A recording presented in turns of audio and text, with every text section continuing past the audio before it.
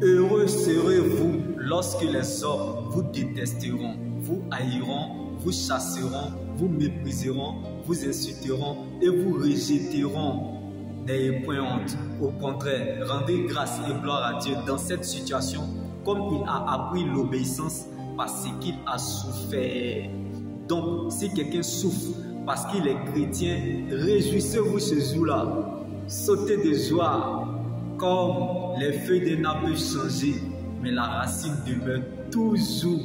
Donc, les obstacles ne peuvent pas changer le résultat. Comme il a été rejeté, humilié, oublié par les siens, abandonné de tous, condamné à la puissance civile.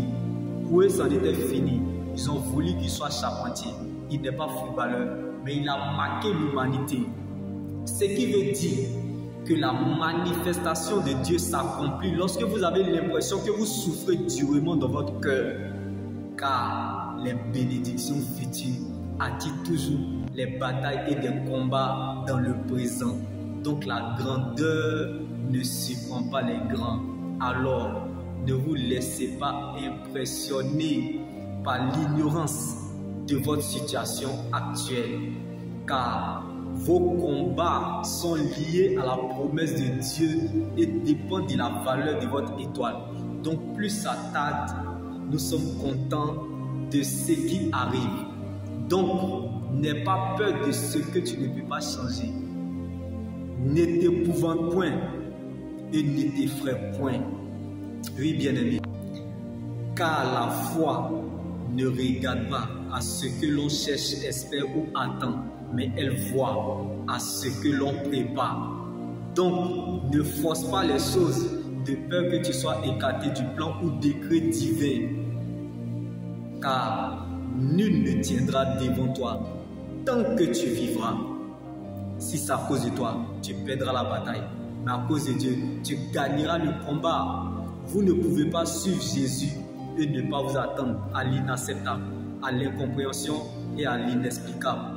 Si vous décidez de suivre Jésus, vous devez vous attendre à souffrir injustement pour la cause de Christ et au déshonneur public. Donc, apprenez à marcher sur les offenses. Car ceux qui vous font du mal, ils ne sont pas méchants.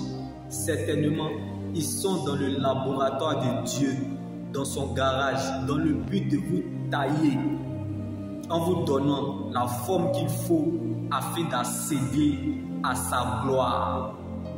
Jésus, sa présence dans notre vie est la chose la plus importante que Dieu donne à 8 personnes. Donc, la grandeur ne surprend pas les grands. Tant que celui qui a fait le testament est vivant, ce n'est plus ton combat, car Christ a été ressuscité pour toi. Donc il y a encore de l'espoir. Tant que Jésus vit pour toi. Shalom.